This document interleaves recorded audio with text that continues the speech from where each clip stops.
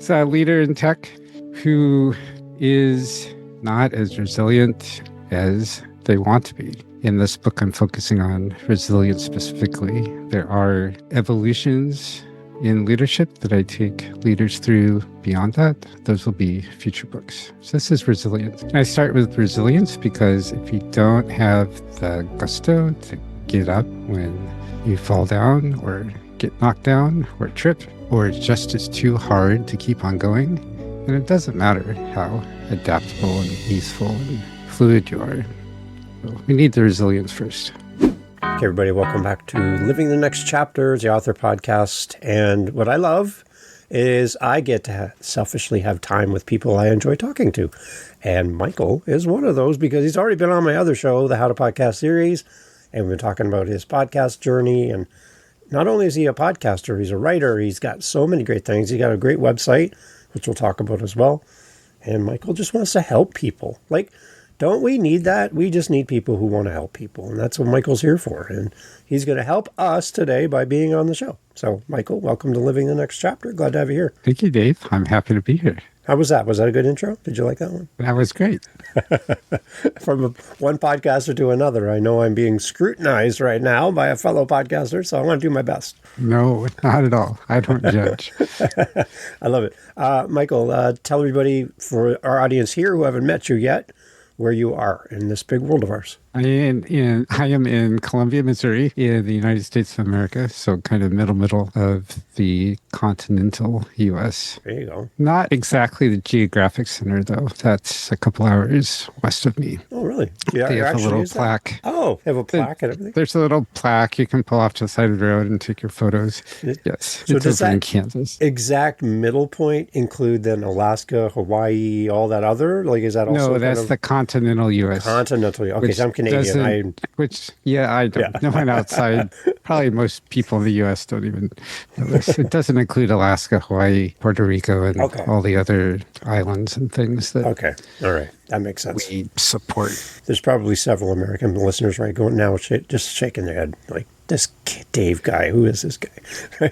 How does he not know that, right? There's probably just as many shaking their head because what I said is not technically true in some way or other.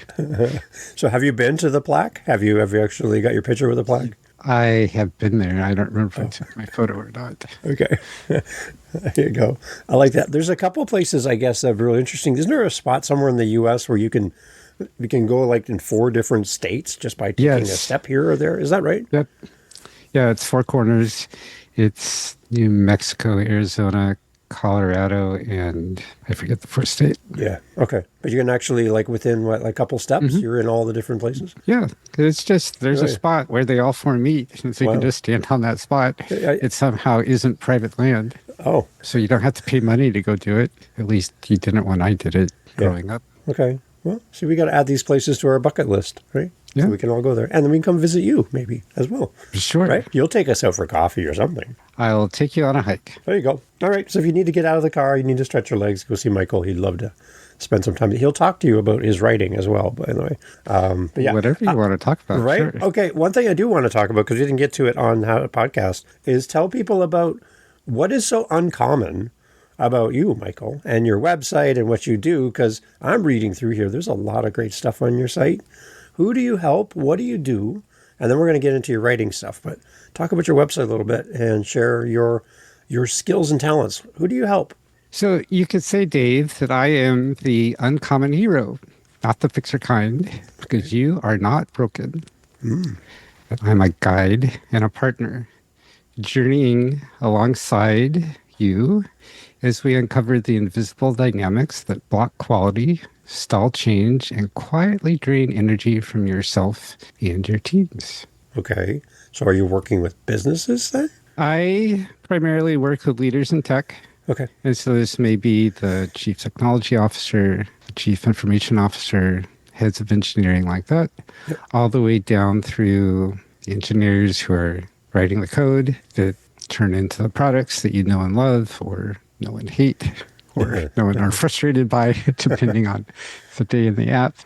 Because we're all leading ourselves, even if we don't recognize that we're leading someone else. And almost always there's someone else that views us as a leader and is looking up to us, whether they have told us this or not, and whether we know this or not. Okay. So how did you end up here doing this? Like, you could be doing anything, right? How long of a story do you want? Well, it's a podcast. We have no time limit. We can do whatever we want, right? The short version is, growing up, I knew loved two things. One was drawing floor plans for buildings. Oh, good. And one was coding. The classic growing up in the 80s kid's tale of parents got an Apple IIe, which meant I got an Apple IIe and used it way more than they did.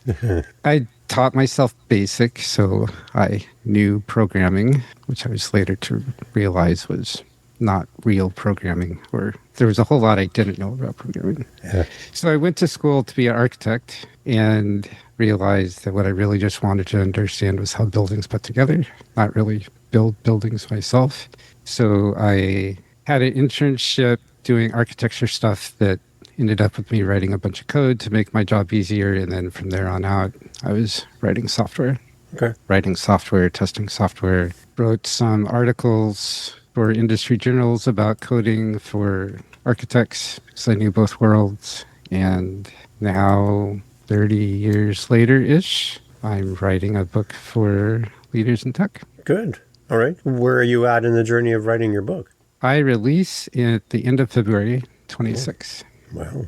Depending how long of a queue you have, it is soon to come out or already out. We'll definitely have you out for that, in time for that, that's for sure. How long have you been working on this new book? This book, specifically writing it, has been 3 years. Wow. Partly because I rewrote it start to finish 3 times. It's my first draft. I looked at it and I said, this is fine. It says what I want to say and I can do better. So I threw it out, started over, wrote a second draft. This time I said, I want some help with this to see if it's really good yet or not. So I went to a developmental editor who looked at it and said, yep, this is pretty good. And here's a bunch of things you can do to make it even better. I looked at their suggestions and I said, okay, now I know what to do and I'm going to throw it out and start from scratch. So that's what I did, saving parts of a couple chapters. Okay. And then I turned in the third draft and my developmental editor said, this is great. This is going to sell a lot of books. I said, great. That's a nice thing to hear. I don't know what to do. I don't know what to do to make it better. So I'm glad you like this one. Great. So who's your target audience for the book? Who do you have in mind as your perfect reader? It's a leader in tech who is not as resilient as they want to be. In this book, I'm focusing on resilience specifically. There are evolutions in leadership that I take leaders through beyond that. Those will be future books. So this is resilience. I start with resilience because if you don't have the gusto to get up when you fall down or get knocked down or trip, or it just is too hard to keep on going, then it doesn't matter how adaptable and easeful and fluid you are. Yeah. So we need the resilience first. How has resilience as a leader shown up for you personally in your own life? Getting back up every time that I knock myself down. Yeah. And pushing through when it doesn't seem like I really want to, or I don't. There's been for me a lot of don't know what to do next. I know there's something different to do. I don't know how to go find it, how to identify what it is. This is not what I want to do. It's what I need to do right now for whatever reasons. And so having the fortitude to just keep going, to keep searching, to keep taking that next step until I've gathered enough data to understand, now I know how to actually choose my next step instead of taking random ones. Okay. What is kind of the approach for the book? Is this meant to be like a how-to book, a textbook, a companion? Like, what is kind of the tone of the book for a reader? You can think of it as a leadership self-help book. Okay.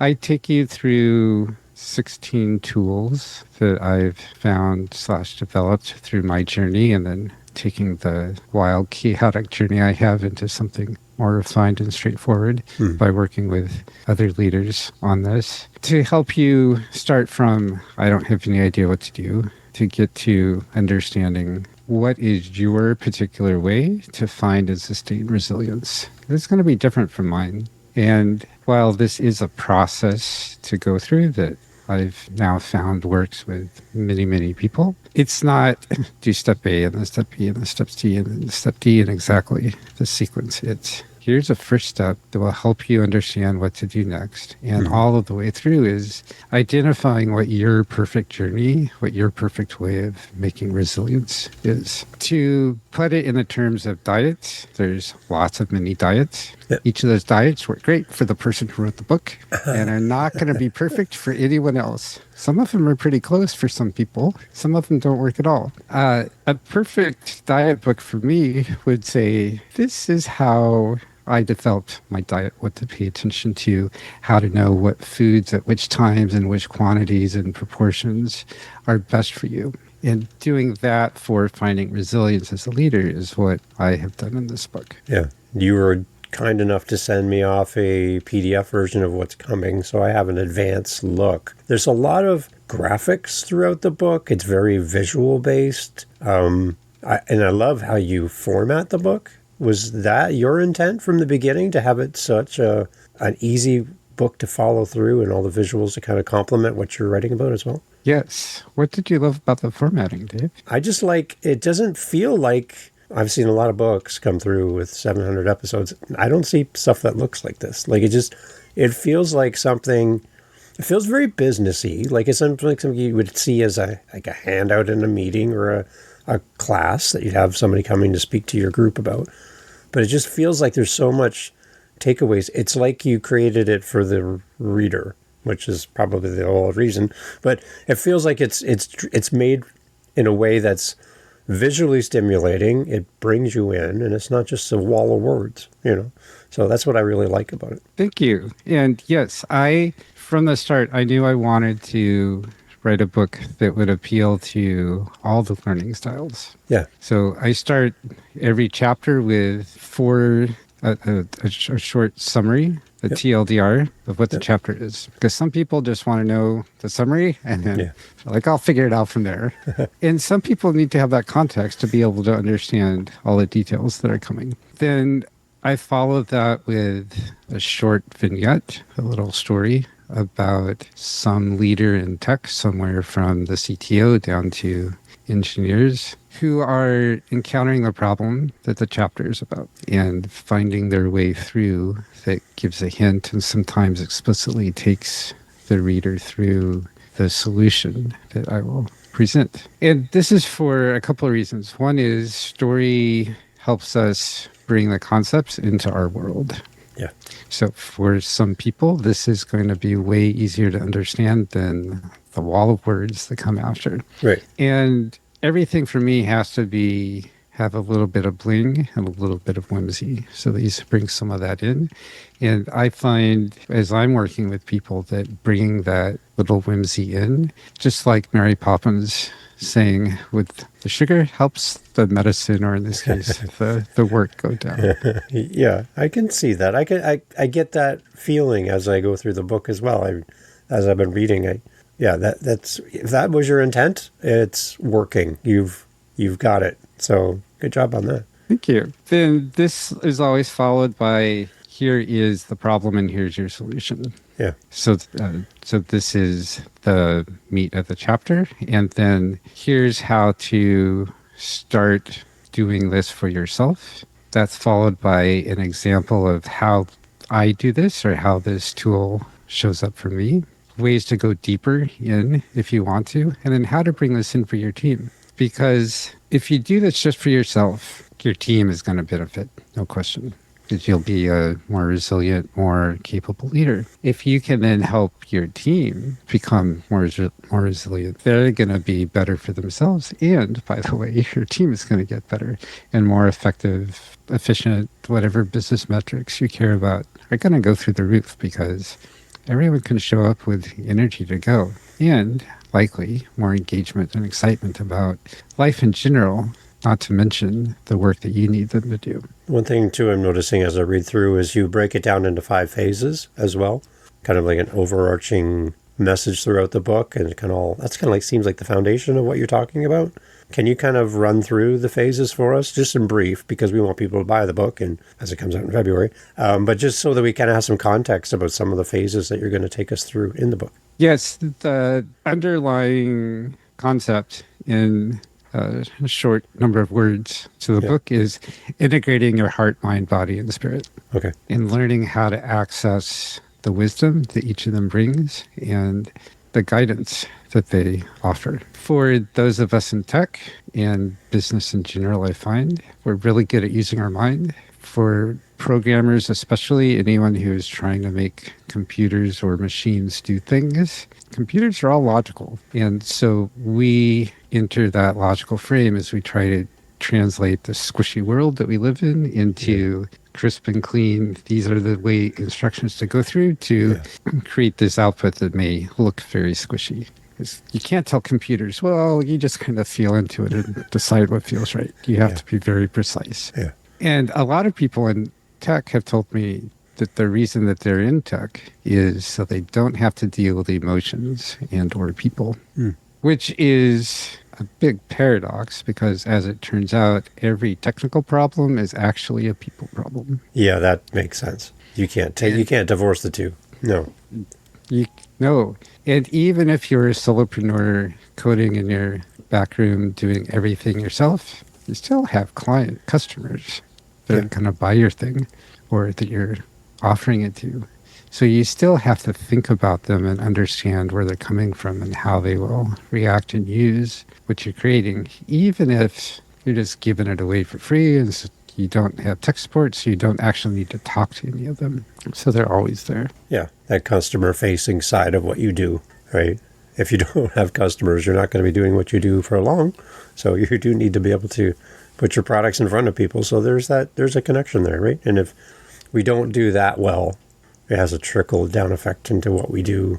That's our creative side that we love doing. We love creating these things. But yeah, you can't lose sight of your customer. Yes. And if you're in a more typical situation where you have multiple people that you're working with, then you got to interact with them, at least over email or notes slipped under doors or in some fashion, even if you manage to never interact directly. Yeah. And when people interact, it's not precise. If I tell you, Dave, this podcast is finished. Okay, goodbye, everyone. Yeah. Yeah. It might mean that this podcast has been so fantastic that it is done in a roaring success. Oh, yes. Or those same exact words might mean this podcast is such a travesty that it is just aborted, will never see the light of day, and we have to go now find something else to do, and maybe the company's going into bankruptcy. Same words, two very different meanings. Yeah, interesting. Well, I hope you don't leave that as the second part, as a review for this show, because that would not be helpful. I want this thing to grow. So no, I see that, yeah. And the other thing too is context, and for your audience, they might be thinking one of the two, right? And you don't have control over their response, right? So yeah, that's really, really important. I like that you brought that up. And that's just 4 words. Yeah. Imagine how much ambiguity is involved when we're designing even a simple app like a calculator. There's so much opportunity for misunderstanding between all the people involved in getting that product created and out the door and into your hands. Yeah, it's interesting. One, on your podcast, does your podcast have a tie-in with your book at all? Like the conversations you have over there on your show? Does it kind of support kind of what you're doing as an author as you write this book as well? They're moving in similar directions. They aren't directly coordinated. Yeah, but there's some kind of carryover between the two. They support each other in some way. They do, because everything I do is focused on helping you become more who you are and being able to bring as much of that into everything that you do as you want to. What have you learned about yourself in the role of writing this book, and as you go through the process of creating this new thing? How have you changed as a writer, as a person? As a writer, I more easily bring in metaphor and story than before I started. Okay. And I'm working with this on just creating shorts independent from the book, focused around metaphors as well. This is something that when I can come up with metaphors on the fly, then I can customize that to what you and I are talking about right now, to your specific situation. Yeah. And it's going to be way easier for you to understand than if you have to translate what I'm saying into your frame of reference. Okay. All right. What are you most proud about as you get closer to the launch of the book? What for you as an author is just this satisfying moment, like to know that this is coming out? What are you so thrilled about? What's most satisfying for me is all the people who are telling me, as you did, that this book really works for them. Yeah, yeah. It's a great resource. I think it's one of those books I find I can picture myself in this role, having this book within arm's reach of me. Like not a one and done read and you throw it on the shelf behind you and never to touch it again. This kind of feels like a companion book that, you can have with you all the time. Yes, there is one of my clients who I've worked with for 7 years now, and she and I have been through this process many times. She was going through the online workbook companion, and when I had asked her if she would go through and give me feedback, because she knows all of this left, right, and center, said, you know all this down cold, so this may be just pretty review. If you could try to remember where you were when you started, 7 years ago to where you are now, that would help me. That would help me gauge how people going through this journey from scratch right now will go. Yeah. And when I checked back in with her, she said, Michael, I don't have to remember back to where I was when I started, because all of these are problems right now. Do I have problems focusing on one thing? 100% every minute of every day. So yes, for some people, they're going to go through and be, okay, I've got this 100% and it's down cold and I never waver again. But for most of us, it's constantly going back. It is for me. I keep going back to the artwork and stuff. You got that little cartoon person character. You see look at their brain and they have a happy face and a heart on their chest. That's kind of a commonality all the way through. Who helped you with all the artwork and stuff? Because it's just, again, I love it, but it really takes you along in the story and what you've written. But who helped you with all the artwork and all the visuals around the book? Most of the artwork I had created versions myself. There you go. For the book and some in previous work that I had done. And none of it was up to the standards of what I wanted for the book. Okay. So I found an illustrator and worked with them to refine the concepts where I had. And that character is one that we built from scratch. Yeah. Does that character have a name for you? It did at one point. I don't know. It did? Okay. Okay. All right. It's not you, though. It's not. It's not me. Okay. We worked really hard to make it agnostic across all peoples. Yeah. And I look at it now and say, yeah, we did such a poor job at actually succeeding at that. But that's the intent. I think it's great. I think it's like a companion for me as I'm reading. It's like it keeps popping up on several pages. You're like, oh, there they are again. I like it. I think it's kind of nice. Again, I don't see a lot of visual supported books like this, Michael. I just think it's a really great resource and it's very easy to go through. I feel like I'm safe as a reader. Like I know that you're taking me somewhere just by how it's laid out, right? It's a really, really engaging book. I'm glad. Simple, safe, and sustainable are three of my watchwords. So I'm glad that the safe at least came through for you. Good. Yeah. Yeah. Simple concepts, but I wouldn't say this is a simple book. To me, this feels very detailed. This is very well thought out. This has a lot of great information as well, right? So I'm kind of leaning to the positive side of that word. But yeah, I think it's a great resource. Thank you. It took a lot of work to convey all of this detailed information in a simple way. Mm-hmm. Yeah.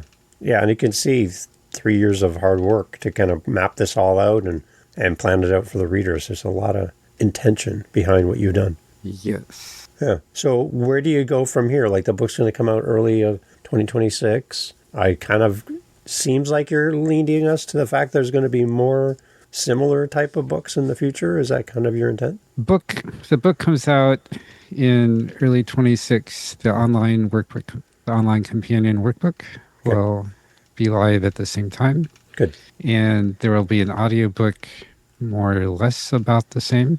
Good. There'll be a combination of narration by me for everything except the vignettes, and then a professional narrator for those, because I really wanted those to be acted.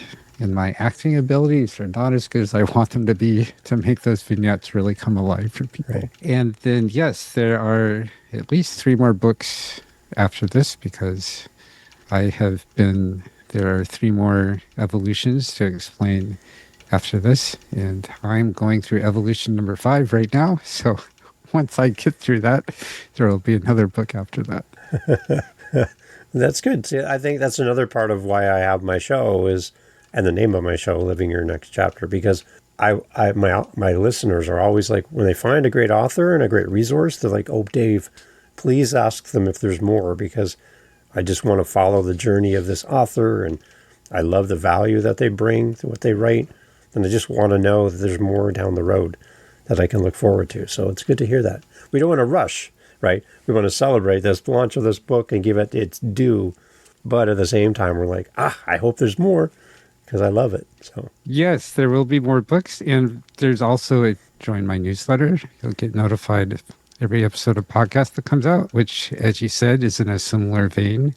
Yeah. And other articles, narrations that I put out will go there as well. Good. It's kind of like you have this big master plan to take over the world, Michael. Podcast, author, website, helping people. It's like you got this all mapped out somewhere. You're like some kind of interesting genius here. I'm like watching you carefully. I would say it's more, there was a company, I think they're still around, BASF, when I was growing up, that their motto was, we don't make the products you buy, we make the products you buy better. Better. I like that. Yeah. I don't make the apps you buy. I'm not going to take over the world. I help the people who make the apps you buy make them better. That's good. That's a good reference, Michael. I like that. I remember those commercials so well. Man, what does this company do? Well, yeah, that's really good. Okay, so Michael, for the book launch, when is the book available for pre-order? Is it available now? It's not available yet. The best way to know when it is available is to join my newsletter. There you go. Tell everybody, Michael, where do we go? Because I want to sign up for that too. The simple thing is go to theresilienttechleader.com. Okay. So the title of the book.com. That will redirect you to my main website where you can sign up for my newsletter and get all the other good stuff. Simple, simple, simple. The Resilient Tech Leader. Exciting to have you on, Michael, and the fact that I had you twice, once on the How to Podcast series, everyone can listen to that as well. A great companion to this episode. Get to know more about Michael and his podcast, specifically in his journey. But now to have the book as well, a lot of great resources, Michael. Do you do any kind of speaking or like team leads or like leading a group around this topic as well? I mostly work one-on-one. One-on-one, okay. And I will help you, as I work with you one-on-one, facilitate group discussions with your team or larger groups, if you'd like to do that. All right. Is there a kind of a way for us to connect with you to see if we're a good fit for a one-on-one conversation? Yes, you can go to email me at michael@uncommonteams.com. Okay. And there's a contact form on my website. All right. And all the contact information is there as well. Michael, thank you so much for being part of the show. Congratulations on your book. Visually stimulating, great information. That's really going to help a lot of people. And I'm excited to see your journey and watch it unfold. I'd love to have you back in the future as you work on new projects. We got to get you back, right? Great to have you on the show. Happy to be back. Right? Anytime, Dave. I love it. Everyone go listen to this great podcast as well. We'll have a link for that as well. I'm asking you to follow and share his show with other people in the tech space and beyond, because there's a lot of great conversations happening on the podcast. As a listener, you probably know someone who would love to have this book. Go through all your LinkedIn contacts, send them a message and tell them about Michael and his new book coming out, because I'm sure there's a lot of great people that could benefit from this book. Michael, well done. Congratulations on your journey. 3 years. It's a long road to get to this spot, many people don't make it this far. So you've done it. You've succeeded. So congratulations. And we'll be celebrating with you when the book comes out. So way to go. Good stuff. Thank you, Dave. Excellent. Everyone, all information as always for Michael in the show notes. Go ahead and give him all your love. Buy lots of copies. Leave great reviews. I know Michael would love to hear your comments and thoughts about the book as well. Michael, take care. Thank you so much. We'll talk again soon. Thanks, Dave. Hey, thank you so much again for pressing play. As you've heard, great guests on the show. And one thing you didn't hear in this conversation is what? What did you not hear? Think about it for a second. That's right. Not a single solitary commercial for a mattress or a supplement or a whatever you call it. No. Why? Because we don't want to break up the conversation with commercials. So the fact that you're still here means that you are a fan of the show, I'm assuming. So if you want to help to keep the podcast going and to make me feel really happy, all I really care about is coffee, okay? I just got to be honest. I love coffee. I'm drinking one right now. It's starting to get cold. I need to warm it up. Helping us with our Buy Me a Coffee link over at livingthenextchapter.com and also in the show notes helps kind of keep the lights on around here. Remember, I'm doing this for free. I'm paying for everything. So I would love to have a little coffee donation, even $5 kind of fills up my cup. And I would love to enjoy a coffee from you. So if you're interested, again, thank you for listening. But you can use our Buy Me a Coffee link and fill up the cup. Thanks for being here.